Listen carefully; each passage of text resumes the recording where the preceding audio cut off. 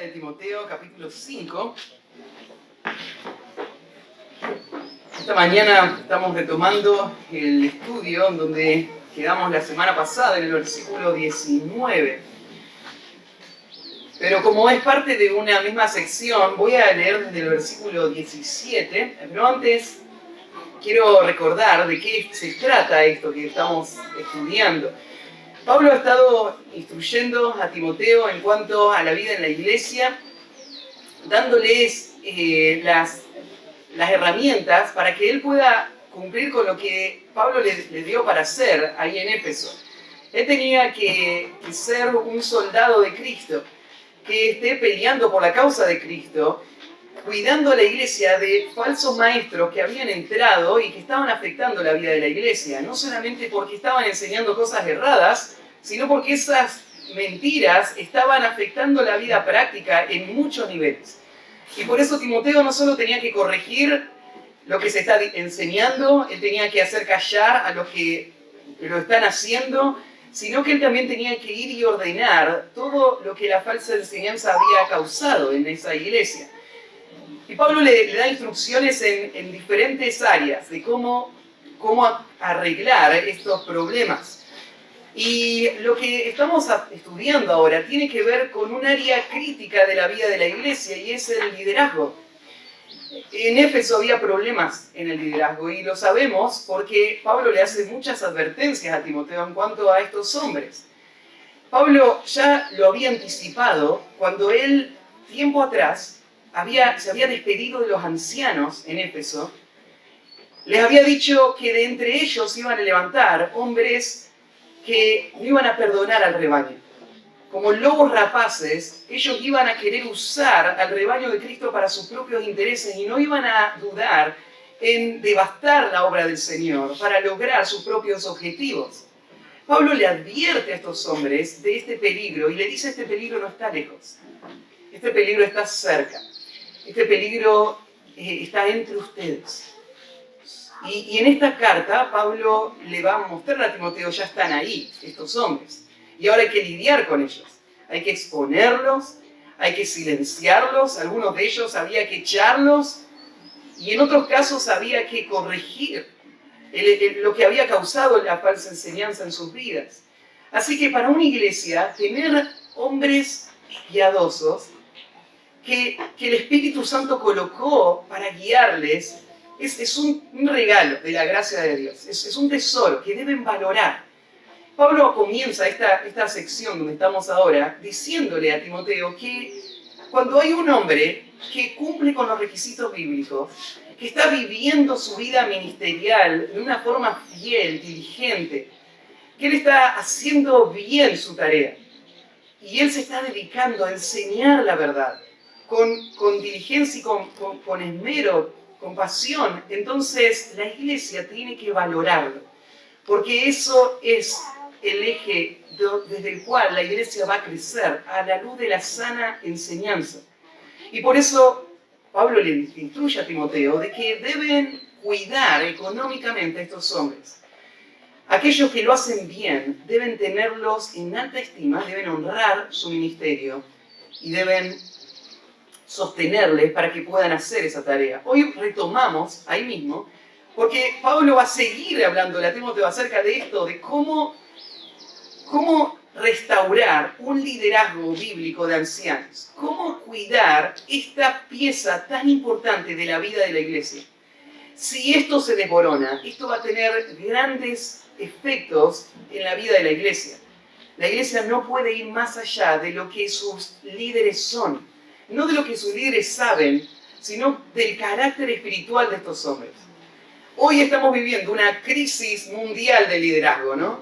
Parece que en todos los ámbitos de la vida hay una necesidad de hombres que puedan guiar y que puedan liderar. Pero hoy creo que como nunca antes vemos una crisis tremenda en el mundo cristiano. Todo el tiempo estamos escuchando noticias de los fracasos morales de pastores a nuestro alrededor. Y quiero decir, esto no es algo que escuchás por las noticias de Estados Unidos o por YouTube. Estas son cosas que vos podés ver a tu alrededor. El hecho de que gente muchas veces desacredita el cristianismo por el ejemplo de estos pastores y por lo que es claro y es públicamente conocido, es algo que nos debería entristecer profundamente. Estaba escuchando algunas estadísticas. Aquí en Argentina no hay organizaciones que hacen relevamientos estadísticos dentro de las iglesias, o no es muy común. En Estados Unidos hay algunas, y esas informaciones a veces nosotros las leemos y podemos tener una cierta idea de cómo está el mundo evangélico. Hay una estadística, hay una encuesta que se hizo ahí en Estados Unidos, donde 8 de cada 10 pastores, perdón, uno de cada 8 pastores, confesó haber cometido adulterio en algún momento mientras estaban en el ministerio pastoral.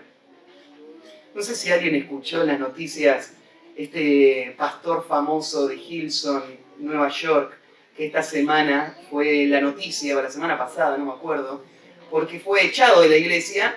Hillsong es un movimiento que de ninguna manera refleja la doctrina cristiana. No era ninguna sorpresa lo que estamos viendo, pero este hombre, que era una celebridad, terminó siendo echado de la iglesia por haber caído en adulterio. Y claro, estas noticias salen al mundo y eso se escucha. Pero atrás de ese hombre que es descubierto y sale su noticia al mundo, hay miles que están ahí atrás, que se mantienen en esta posición. Hay algunos de ellos que por años son tenidos como grandes referentes y ellos han vivido 20 años de inmoralidad. Y no estoy hablando de una inmoralidad en su imaginación, sino en sus acciones. Esto es algo que refleja esta estadística. 1 de cada 8 pastores confesó haber cometido adulterio estando en el ministerio pastoral. 1 de cada 5 pastores, pero 1 de cada 4 pastores confesó haber hecho durante su tiempo en el pastorado algo sexualmente inapropiado. 1 de cada 5 pastores confesó que semanalmente tienen en su mente, imaginan relaciones con mujeres que no son su esposa. Semanalmente, 1 de cada 5 pastores. Y 1 de cada 3 pastores confiesa hacerlo mensualmente. Ese es el estado del mundo evangélico a nuestro alrededor. Estos hombres que ostentan su posición, su título, muchas veces atrás de la cortina, son hombres que viven una doble vida. Y lo más triste no es solo que estos hombres logran escabullirse y esconder su pecado. Lo más triste es que muchas veces la iglesia parece totalmente ingenua al potencial del pecado y muchas veces totalmente desorientada en cómo tratar a un hombre que peca. Y lo más triste no es ver a estos hombres caer, es ver a estos hombres dar vuelta a la página y dar la vuelta a la próxima iglesia para pastorear otra iglesia después de estas caídas morales. Lo más triste son iglesias, ¿no es cierto?, que empiezan a evaluar y a pensar, bueno, pero si nosotros hacemos algo, si él sale, sobre él se apoya todo lo que hoy somos y hacemos. Vamos a perder todo. Entonces buscan la manera de acomodar la situación para que cause el menos daño posible. Lo que tenemos acá, en este pasaje que vamos a leer hoy, son las instrucciones de Pablo de cómo lidiar con pastores que pecan. Los pastores pecan, todos los pastores pecamos. Pablo va a tratar la situación de pastores que pecan en tal forma que van a quedar descalificados del ministerio por su pecado. Pastores que insisten en una vida de pecado sin abandonar esos pecados, cómo la iglesia debe lidiar con ellos. Y quiero decir, esto no tiene que ver con alguna secta ya lejana. Estas son las instrucciones para nuestra iglesia. Yo les decía la semana pasada, predicar el pasaje que prediqué fue difícil porque hablé de mí, ¿no?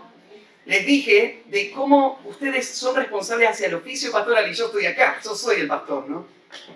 Y fue difícil. Ahora, el pasaje de esta semana, yo les voy a hablar de cómo tratarme a mí si estaría en esta situación. Ahora yo oro y ustedes tienen que orar para que nuestra iglesia nunca tenga que aplicar este pasaje. Y esto es posible.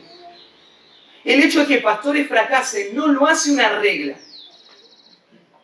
Lo hace un testimonio del engaño del pecado y el desastre que causa el pecado en la vida de personas. Pero por la gracia del Señor, Él me sostendrá, cantábamos recién, ¿no? Eso es lo que nos sostiene. Nos sostiene las promesas del Señor y no es la obra que Él hace a través de su palabra.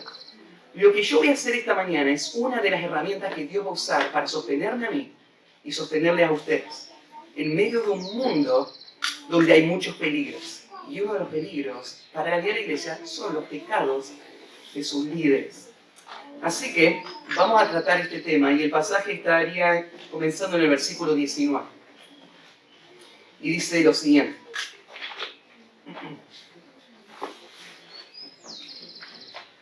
Contra un anciano no admitas acusación, sino con 2 o 3 testigos.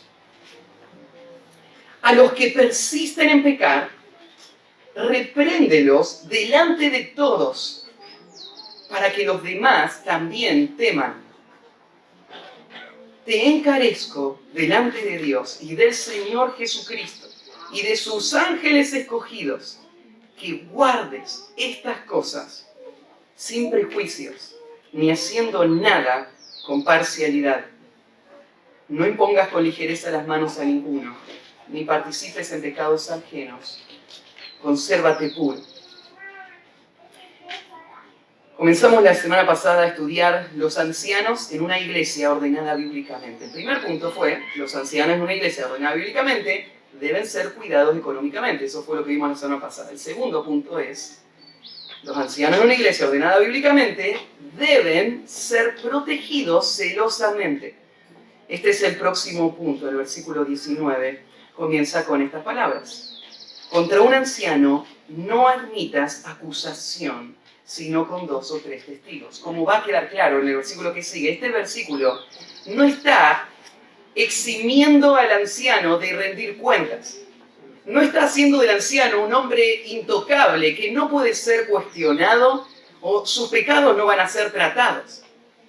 Pero lo que está haciendo Pablo, en primer lugar, antes de hablar acerca de cómo tratar a un hombre que se mantiene en el pecado, antes establece este principio que es tan importante para que la iglesia tenga la claridad para tratar las situaciones que vienen. Y este principio lo que nos muestra es que solamente se va a tratar una acusación sobre las bases de hechos y no especulaciones o murmuración, lo cual también sería devastador para una iglesia. Una iglesia que no aprende este primer principio va a terminar afectando su vida y su iglesia tanto como una iglesia que no trata el pecado más adelante. Esta iglesia tiene que tener un compromiso inicial a proteger a un hombre que está en una posición muy vulnerable. Un pastor es una persona que está a la vista de todos. Sus pecados son visibles en muchas formas. Ustedes me conocen, los que me conocen hace más tiempo, saben de lo que les estoy hablando. Ustedes conocen, me han visto en mis buenos momentos y momentos malos. Me han visto cuando les he tenido que pedir perdón por cosas. Los pastores pecan. Ahora, hay algo más acá. Los pastores no solamente son personas que son pecadores, sino que los pastores, por su posición, ellos tienen una responsabilidad de corregir y dirigir la iglesia en una forma que va a volverle muchas veces un problema para muchos. A nadie le gusta que le señalen sus pecados, ¿no? Una de las primeras reacciones de una persona que no quiere abandonar el pecado es responder el ataque con un ataque que va de vuelta, ¿no? El hecho de que el pastor quiera vivir una vida santa y llame a la iglesia a vivir una vida santa va a crear muchos enemigos. va a crear personas a las que no le cae bien. Va a crear personas que se van a molestar con el que va a decir. Y no va a ser raro que estas personas quieran tomar represalias en su mente hablando mal del pastor, acusándole y tratando de generar un malestar en la vida de la iglesia para desacreditar a esta persona que le está exponiendo sus propios pecados. La única manera en la que un pastor va a poder hacer su tarea y hacerla en una forma fiel es si la iglesia le protege. Si la iglesia no le protege, esto va a ser muy difícil. Una de las grandes bendiciones de un pastor es tener una iglesia que le cuida. Que le cuida en este sentido. Que le cuida no significa que excusa sus pecados, que disimula sus pecados, sino una iglesia que no va a aceptar la murmuración, que no va a aceptar la información que no se debe transmitir o que se transmite en una forma innecesaria, no correcta, para un objetivo no correcto. Y esto es lo que le está diciendo Pablo a Timoteo. No lo admitas. No lo admitas. Satanás quiere destruir la obra del Señor. Él quiere destruir nuestra iglesia. Nuestra iglesia no es la única iglesia fiel, pero nuestra iglesia es una iglesia que tiene un compromiso con enseñar la verdad y vivir de acuerdo a la verdad. Eso no le gusta a Satanás. A medida que nuestra iglesia vaya ganando fruto e influencia, el odio de Satanás por nuestra iglesia va a crecer. ¿Y cómo va a tratar de frenar Satanás la obra? Una de las formas en la que le va a tratar de frenar, bueno, él quiere desacreditar la palabra de Dios. Él no puede desacreditar la verdad de Dios, pero la forma en la que él tiene de hacerlo es desacreditando al hombre que predica la verdad de Dios. Si Satanás logra desacreditarme a mí, entonces el resultado de la predicación no va a ser el mismo, porque lo va a desacreditar no solamente al predicador, sino al contenido de lo que él está predicando frente a las personas que están escuchando. Una persona que está escuchando murmuración todo el tiempo, una persona que no va a ser sensible a la predicación en la misma forma que una persona que tiene un corazón dispuesto y preparado para escuchar la verdad de Dios. Si no cuidamos nuestro corazón, si no cuidamos ese testimonio, Satanás va a ganar la ventaja. Por lo tanto, este es el principio. No admitas acusaciones. Una acusación sería una palabra que va en contra de. Es la idea del significado de la palabra acusación. Esto es lo que hace Satanás todo el tiempo con los creyentes, ¿no? Él acusa, ahí en Apocalipsis, él es el acusador, en Apocalipsis 12:10. Ahora va a haber acusaciones. ¿Y cómo se deben tratar estas acusaciones? Quiero nombrarles 5 preguntas que te podrías hacer cuando vos escuches a alguien hablándote mal de otra persona. Mira, estas reglas se aplican a cualquier situación. Especialmente en este pasaje se aplica al rol pastoral. Hablar del mal del pastor no es algo ligero. Es algo que Satanás va a usar para lograr un objetivo de destrucción muy vital y clave para la vida de la iglesia. Pero claro, él lo hace en todos los ámbitos. Y nosotros tenemos que aprender cuándo tenemos que callar esa voz y cuándo tenemos que tratar el pecado. ¿Cómo lo lidio? Bueno, hay 5 preguntas. Cuando alguien venga a hablarte mal de otro, primera pregunta es, ¿por qué me lo estás contando a mí? ¿Por qué me lo estás contando a mí? Usualmente, te digo, esta va a ser la respuesta, te lo cuento para que ores por él. Y atrás de esa manta cubrimos la murmuración, te lo cuento para que ores por él. Pero la verdad es que si vos no sos una persona que está involucrada en la situación, si vos no sos una persona que va a poder tratar la situación y resolver esa situación, eso es información que vos no tenés que tener. Eso es algo de lo cual vos no tenés que participar, vos no tenés que escuchar. ¿Por qué me lo estás contando a mí? ¿Qué estás esperando con esto que me estás diciendo? Segunda pregunta, ¿de dónde obtuviste la información? Hay veces donde se generan estos círculos de murmuración sobre una nube de sospechas que no tienen un argumento sólido. No hay un hecho. Y empezamos a ser muy ambiguos. Sí, yo lo vi. Bueno, ¿y qué fue lo que viste? Muchas veces las especulaciones son una herramienta para crear estas murmuraciones. Y lo que vos tenés que bajar es esta murmuración a los hechos. ¿Cuáles son los hechos? No cuáles son las interpretaciones de esos hechos. Tercera pregunta, cuando viene una persona y te empieza a hablar mal de otro, vos le vas a decir, fuiste directamente a los que están involucrados en esta situación. O sea, antes de decírmelo a mí, ya fuiste a hablar con esa persona. Si él no fue a hablar con la persona, lo que te demuestra es esto. Él no quiere arreglar la situación.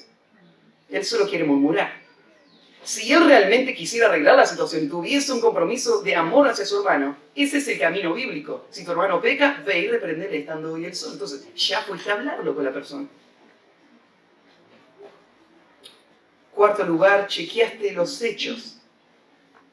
Vos te corroboraste esto que me estás diciendo. Quinto lugar, puedo decir que vos me lo dijiste si me preguntan. O sea, puedo ir a la persona y decirle, mira, te vengo a decir esto, y esta persona me dijo esto, esto y esto. Usualmente esta persona que no quiere ser citado es la persona que está haciendo algo que sabe que está mal. Está deformando la información, está acomodándola de un lado a otro. Y ustedes saben cómo funciona eso. Es fácil contar una historia de un lado, ir y contar otra historia en otro lado y quedar bien con los dos. Pero si vos te están contando una historia, vos decís, puedo hablar de esto tal como vos me lo estás diciendo con la otra persona. Sería otra de las formas en la que se desanimaría esa murmuración. El concepto que Pablo usa acá es no admitas acusación sino con 2 o 3 testigos. Esto es un principio que venía desde la historia de Israel, en Deuteronomio capítulo 19, versículo 15, dice, no se tomará en cuenta a un solo testigo contra ninguno en cualquier delito o en cualquier pecado, en relación a cualquier ofensa cometida. Solo por el testimonio de 2 o 3 testigos se mantendrá la acusación. ¿Por qué estaba esta ley? La verdad es que un testigo puede mentir también. Pero aún en nuestro sistema en nuestro país, ¿cómo funciona? ¿Cómo se condena a alguien? No se lo condena en base a suposiciones. Lo que se hace es llamar a testigos. Se escucha el testimonio de estas personas. ¿Por qué se escucha el testimonio? Porque el sentir es que si voy a condenar a alguien, tiene que estar condenado no en base a sentimientos, sino en base a hechos. Y el testimonio de personas es la herramienta que tengo para corroborar estos hechos. Esto no es un sistema infalible, y lo sabemos. Hace un tiempito salió una noticia acá en Argentina de un hombre que no sé cuántos años estuvo preso y había sido inocente. Y ahora lo dejaron libre. Y claro, el sistema falla porque hay gente que miente. Y esto siempre fue así en el tiempo de Israel. Aún Jesús fue condenado porque vinieron 2 testigos que no coincidían entre ellos y que distorsionaron totalmente lo que Jesús había dicho, ¿no? Ellos dijeron que Jesús dijo, voy a destruir este templo. Pero ¿qué es lo que Jesús había dicho? Jesús lo que dijo en realidad es, destruyan este templo y yo lo voy a reconstruir en 3 días. Y Jesús está hablando de su cuerpo, no del templo físico, ¿no? Pero como Jesús dijo que iba a destruir el templo, hay que matarlo. Esa fue la excusa, ¿no es cierto?, para matar a Jesús. Esos fueron los testigos que presentaron. Truchísimo. Tan truchos eran los testigos que ni siquiera tenían peso lo que ellos decían. Así que el sumo sacerdote terminó tratando de generar una situación para que Jesús meta la pata. Y entonces él dijo, bueno, decinos si sos vos el Mesías. Y Jesús lo dijo, y ahí lo condenaron. Lo condenaron por decir que él era el Mesías. No se les cruzó por la mente pensar que tal vez era verdad. Lo condenaron por blasfemia. Pero bueno, así funcionaba el sistema en Israel. Se necesitan testigos. ¿Cuál es la idea? Porque yo no puedo llegar a una conclusión apresurada sobre algo que va a afectar a otras personas. ¿Por qué? Porque puede haber mala intención. La gente lo hace todo el tiempo, entonces yo no puedo llevarme por lo que me está diciendo una persona. Pero a veces somos demasiado rápidos en aceptar lo que personas nos dicen. Y empezamos a generar sospechas, temores en nuestros pensamientos que no están fundados. Lo que Pablo dice es: no los admitas, no los escuches, no le des lugar en tu mente, ignoralo totalmente, a menos que sean hechos. ¿Y cómo lo determina hechos? Bueno, acá Pablo lo plantea así: tiene que haber 2 o 3 testigos. En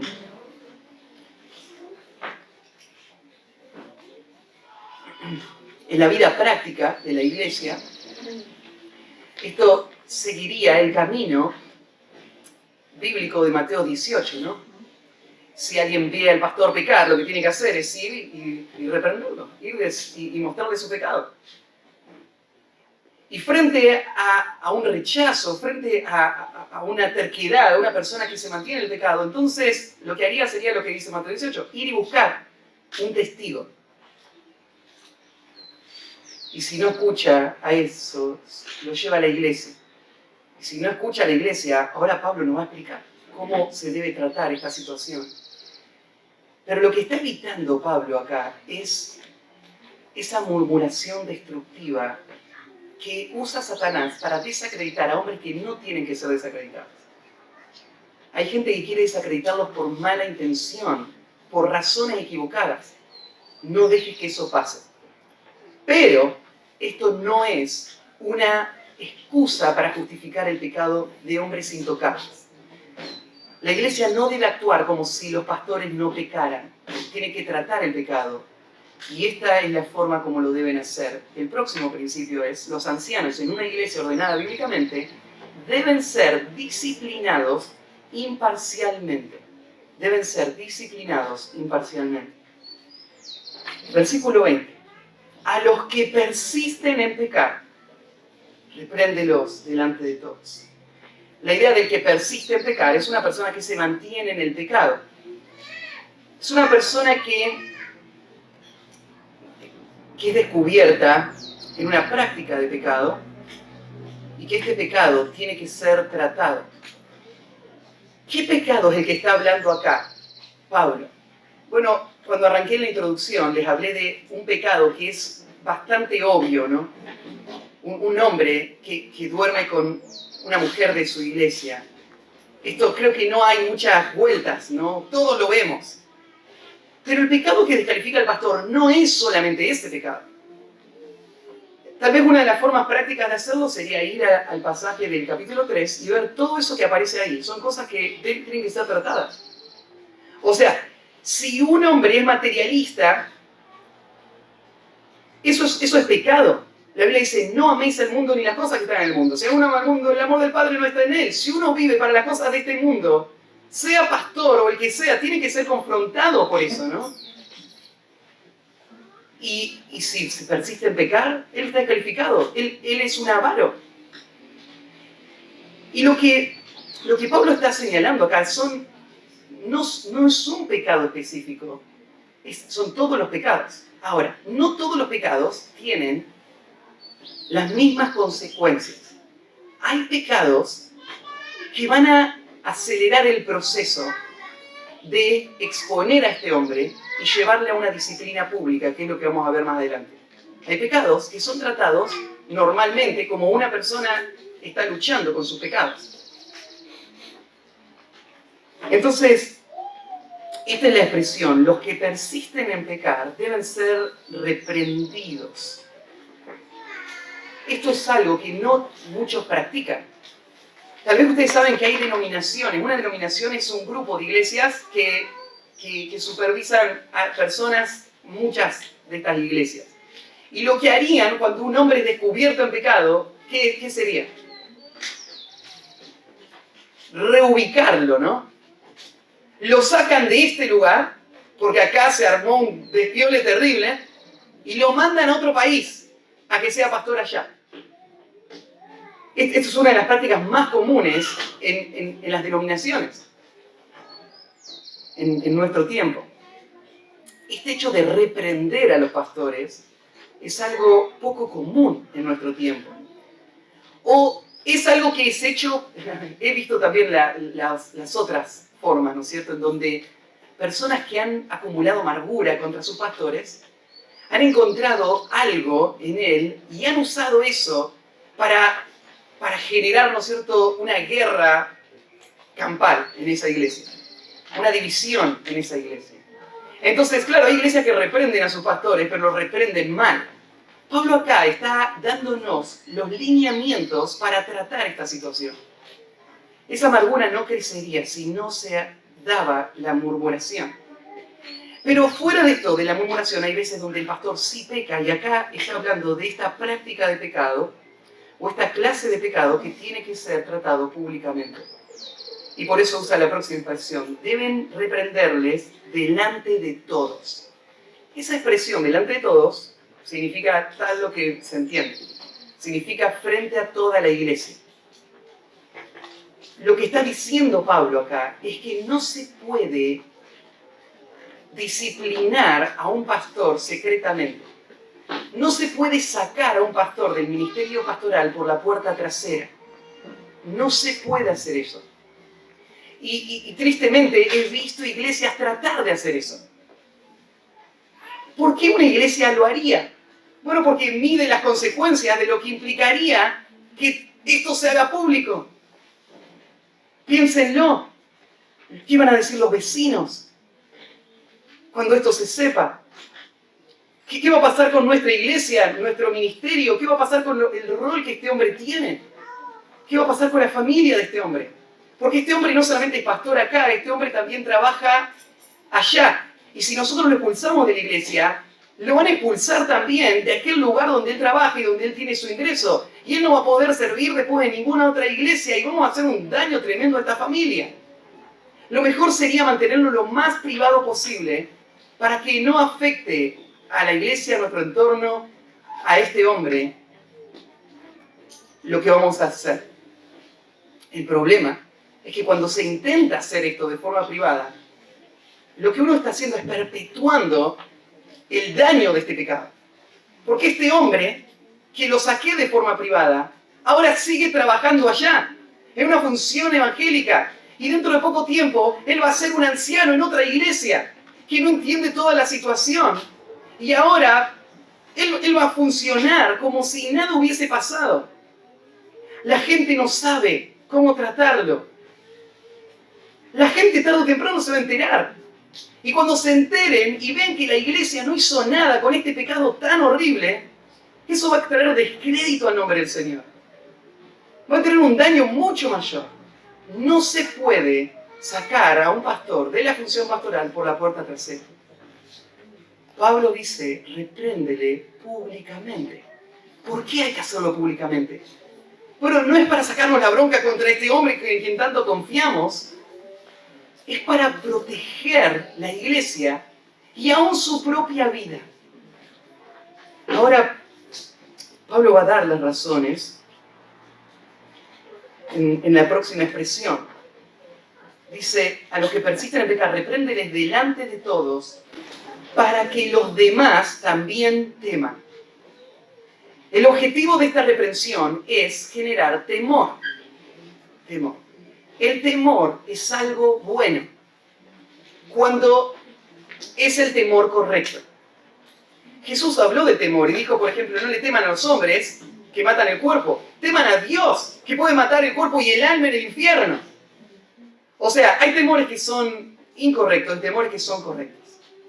El temor a Dios es el temor correcto. Y el temor a Dios implica entender la gravedad del pecado. Una persona que no ve la ira de Dios no entiende el temor a Dios. Esta es la razón por la que en el monte Sinaí, el monte estaba temblando con fuego y humo cuando Dios dio la ley, para demostrarle al pueblo de Israel lo que enfrentarían si ellos desobedecían. Temor. Con el temor a Dios, los hombres se apartan del mal. Sin temor, nadie abandona el pecado. Yo les decía recién, parte de lo que estoy haciendo hoy es la herramienta que Dios va a usar para proteger nuestra iglesia. ¿Por qué? Porque nuestra iglesia y los líderes de nuestra iglesia y los futuros líderes de nuestra iglesia tienen que entender esto. Que si ellos pecan de esta manera, ellos van a ser reprendidos públicamente. Van a enfrentar no solamente el momento de la vergüenza, sino van a enfrentar el dolor de ver desboronarse delante de ellos todo aquello que les da una plataforma para influenciar a personas. Y una caída del ministerio pastoral no es algo de lo que uno se recupera fácilmente. Hay ciertos pecados que pueden tratarse y una persona puede volver al ministerio pastoral después de haber sido sacado. Hay otros pecados que nunca más van a poder volver a este lugar. Y los líderes de nuestra iglesia tienen que tener temor. ¿Y cómo van a tener temor? Van a tener temor cuando pasa y lo tratamos de esta manera. Cuando usa acá la expresión los demás también teman, probablemente se está refiriendo a los demás ancianos, a los demás que están en la misma posición que él, y ven lo que pasó con este anciano. Y van a entender el pecado es algo serio. El pecado en mi corazón no es algo que yo puedo permitir, algo con lo que puedo jugar. Es algo devastador. Y ese temor les va a guardar de pecar.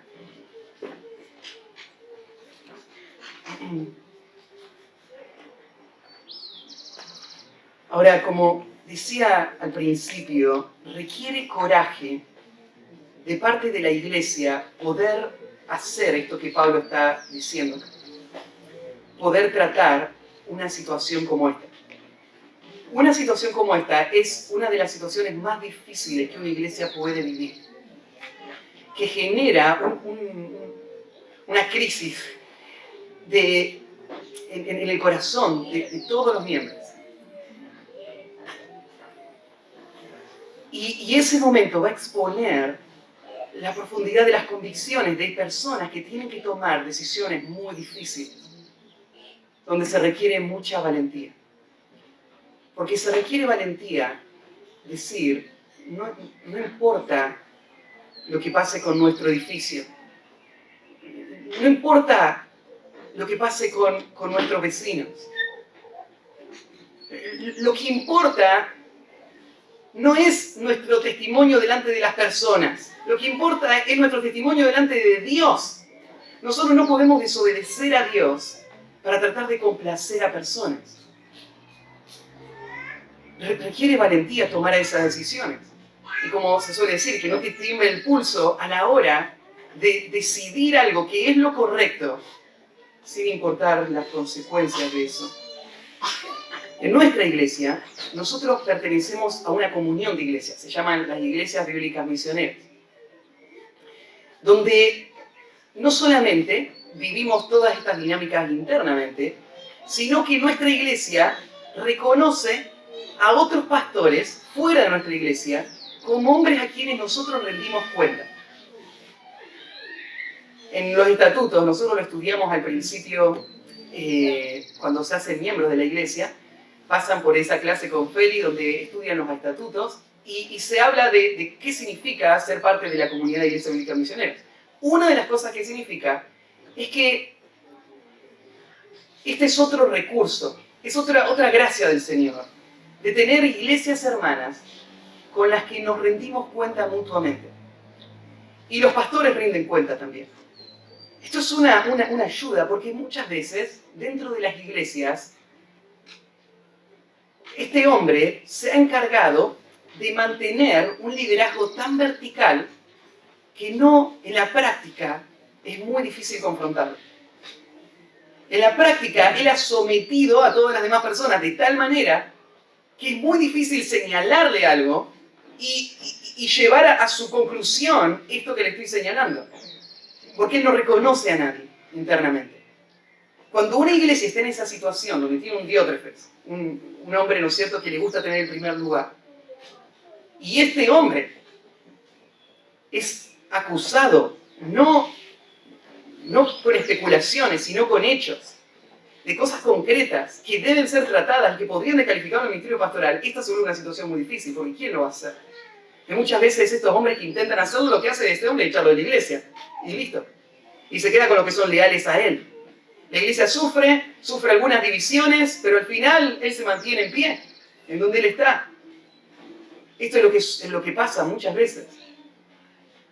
O lo que pasa es que gente inmadura dice, bueno, nosotros sabemos que él pecó, pero nosotros le amamos. El Señor le perdona.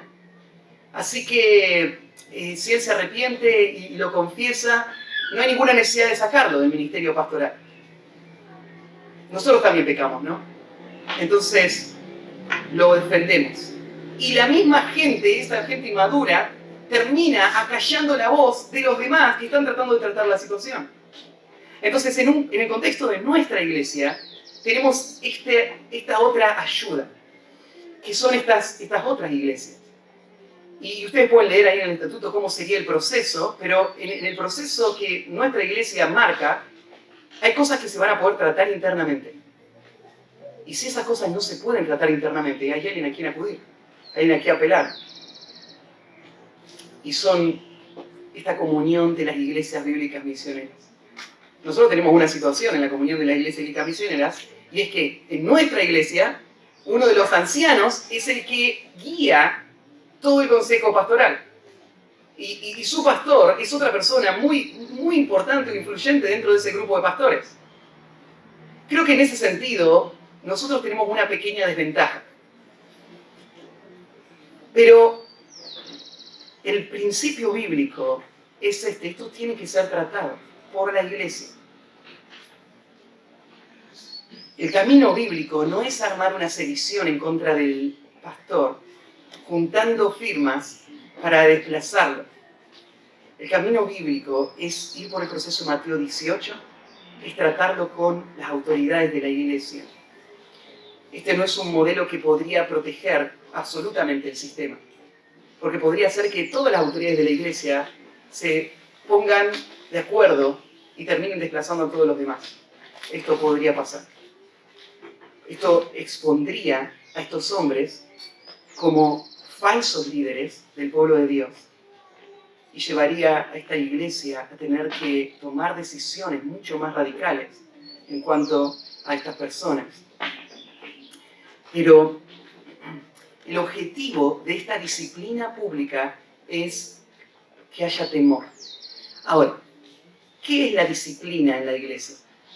La disciplina es un acto de amor, no es una revancha. Trasladalo a la vida de la familia. ¿Qué es la disciplina de un hijo? No es sacarme la bronca porque me rompió el florero, o la incomodidad que me genera que esté todo el tiempo desacomodando todo, así que me enojo con él, le doy unos buenos chirlos para que se quede quieto un rato. Eso no es disciplina bíblica, eso es abuso, eso es maltrato, eso es un pecado, eso está mal. ¿Qué es la disciplina bíblica? La disciplina bíblica es un acto de amor, en donde yo entiendo que el pecado que está en el corazón de mi hijo le va a llevar a su muerte, y que la vara de la corrección es el único camino para librarle a él de ese destino seguro al que él va. Y esta herramienta es la forma que tengo de mostrarle la gravedad del pecado y guiarle a Cristo. La disciplina tiene que ser movida por amor, tiene que ser ejercitada en una forma amorosa y tiene que producir un fruto espiritual. Esto tiene que pasar en la iglesia también. Cuando en la iglesia un hermano peca y le disciplinamos, no es para que sufra por lo que hizo. Esa no es la actitud de la disciplina, ¿no? La disciplina es un acto de restauración. Es entregarme a este hermano sacrificialmente para salvarle de la dirección en la que él va y la consecuencia del pecado. Y esto mismo tiene que pasar con un pastor. En el caso ideal, ese pastor puede ser que no sea apto para ser pastor, pero él no es nuestro enemigo, ¿no? Es nuestro hermano. Tiene que ser restaurado. ¿Y quién va a restaurar a este pastor? Bueno, en el caso ideal, es su iglesia, es su familia, son los que le aman. Hay veces donde la inmadurez de alguna de las partes hace muy difícil eso. Y donde en ciertas circunstancias las iglesias bíblicas misioneras han considerado que lo mejor para restaurar un pastor era que él sea restaurado en otra iglesia. Pero esto no es una regla, porque la restauración es una muestra de amor que esa iglesia tiene que amar. En algunos casos, este hombre no solamente va a ser restaurado, este hombre va a volver al ministerio pastoral después de ser restaurado. En otros casos, tal vez nunca pueda volver al ministerio pastoral. Pero él puede ser restaurado para que sea un hombre útil. Él no está descartado históricamente para el resto de su vida de cualquier forma de aporte a la obra del Señor, de ninguna manera. Porque no hay ningún requisito para todas las funciones ministeriales, solamente para el oficio pastoral. Así que esta persona, sin importar el pecado que haya hecho, puede ser un hombre fiel y un hombre útil para el Señor. Y esto es lo que la iglesia tiene que hacer. Es un acto de amor. Pero tenemos que entender esto. No hay nada más amoroso que disciplinar. Esto es verdad para la familia y es verdad para la iglesia. No hay nada menos amoroso que apañar el pecado, que permitir el pecado, que pasarlo por alto. O tratarlo en una forma no bíblica. Tratarlo con amargura. Entonces, los ancianos en una iglesia ordenada bíblicamente deben ser disciplinados diligentemente. En el versículo 21 vamos a ver que los ancianos en una iglesia ordenada bíblicamente deben ser tratados imparcialmente. Deben ser tratados imparcialmente. Viendo lo difícil que sería tratar esta situación, Pablo va a alentar a Timoteo con el próximo versículo.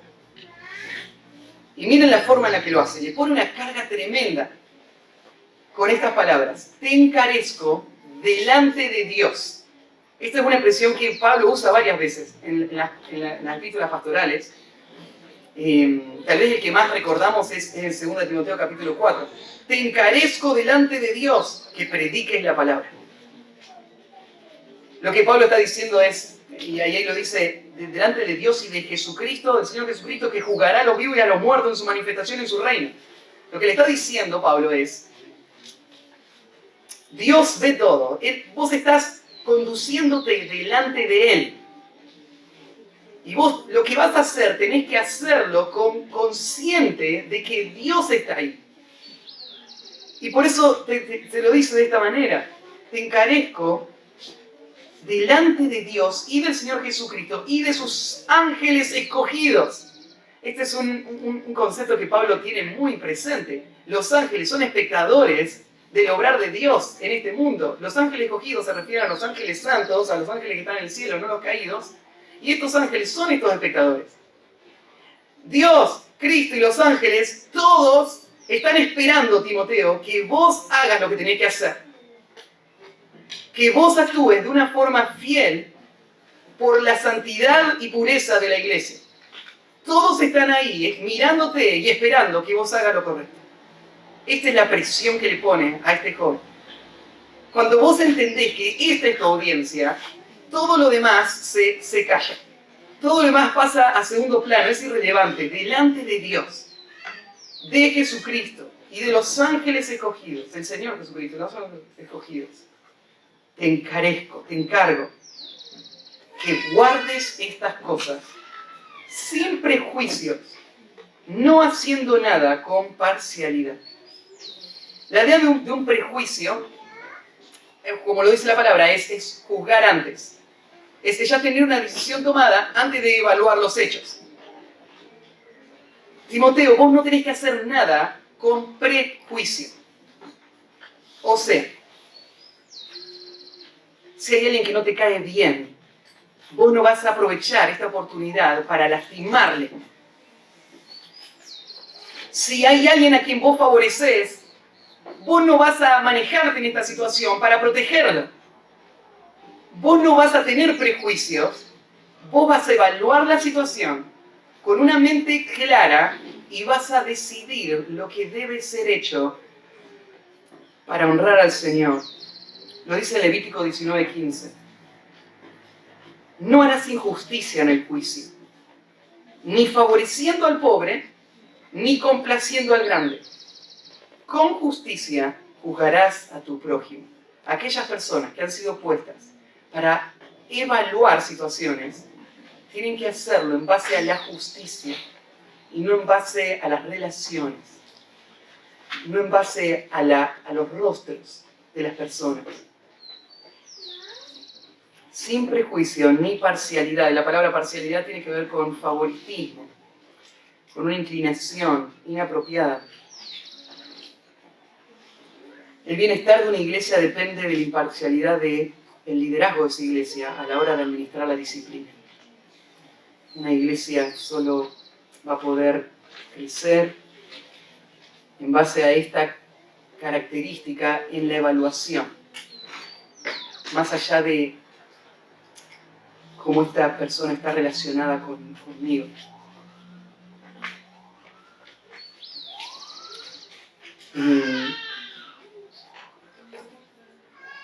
Una iglesia no tiene que tratar a los miembros de la iglesia, a ningún miembro, como que si no podría cometer ningún error, o a los líderes como si ellos tampoco nunca se equivocaran.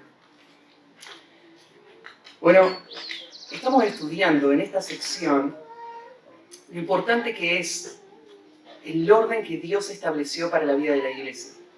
Es que la iglesia es algo muy valioso. Dentro de la vida de la iglesia, el liderazgo de la iglesia es algo muy valioso. Para la vida de la iglesia, el Señor decidió que la santidad sea la forma como Él va a ser glorificado en la iglesia. Para que la iglesia viva una vida santa, sus líderes tienen que ser el modelo para esa vida santa. Por eso están estas demandas de Dios para los requisitos que deben cumplir para esa vida santa. Y ellos deben vivir a la altura de su llamado y de su función. La santidad para el liderazgo de la iglesia es un requisito.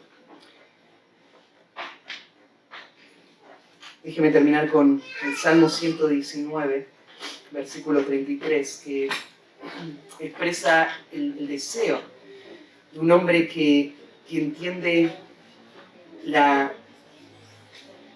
lo horrible del pecado, las demandas de Dios, de esa vida santa. Y entonces en humildad va a clamar a Dios, que Dios haga esta obra en él. Y este es el clamor de mi corazón, este es el clamor de los líderes que el Señor nos va a dar por su gracia. Él dice así: enséñame, oh Jehová, el camino de tus estatutos y los guardaré hasta el fin. Dame entendimiento y guardaré tu ley y la cumpliré de todo corazón. Guíame por la senda de tus mandamientos, porque en ella tengo mi voluntad. Inclina mi corazón a tus testimonios y no a la avaricia. Aparta mis ojos que no vean la vanidad. Avívame en tu camino. Confirma tu palabra a tu siervo que te teme. Quita de mí el oprobio que he tenido, porque buenos son tus juicios. He aquí, yo he anhelado tus mandamientos. Vivifícame en tu justicia. Esto es lo que deseamos. Esto es lo que oramos que el Señor pueda hacer en nuestras vidas y en nuestra iglesia. Oramos para terminar. Padre, gracias por tu palabra, que es, Señor, todo lo que necesitamos. Qué necios somos cuando abandonamos la claridad de tu verdad para seguir la imaginación de nuestro corazón, pensando que podemos crear un mejor camino, que podríamos pasar por alto tus mandamientos y cosechar un buen fruto. Perdónanos, Señor, ayúdanos a vivir de esta manera. Y Señor, no somos mejor que ningún otro. Y cuando miramos a nuestro alrededor y vemos hombres fracasar en su vida, en sus familias, en sus ministerios, Señor, los vemos caer. Y nosotros no los miramos hacia abajo diciendo, qué tremendo, qué hipócrita, cómo es que pudieron hacerlo, nosotros jamás lo haríamos. Vemos, Señor, nuestro corazón y clamamos, Señor, inclina nuestro corazón cada día. hacia la obediencia a tu verdad. Líbranos del engaño sutil del pecado. Sálvanos de los pecados que hoy vemos y líbranos de los que no vemos. Haznos vivir vidas íntegras, honestas, que puedan llevarte gloria a ti, que puedan ser instrumentos para guiar a tu iglesia a vidas santas. Señor, te ruego, guarda nuestra iglesia. Señor, por amor a tu nombre, a tu pueblo, no dejes que nunca tengamos que pasar algo así. Guarda nuestros corazones de mi papá, el mío, de los hombres que se están preparando, que queremos que entren en el grupo de estos pastores. Señor, guárdanos. No nos dejes deshonrar tu nombre. No nos dejes traer tal oprobio a tu iglesia, a nuestra vida, a nuestras familias. Guárdanos, Señor. Te encomendamos todo esto a ti y confiamos en ti, en tus promesas, en tu poder. Tú nos vas a sostener, Señor. Para tu gloria. En el nombre de Jesús. Amén.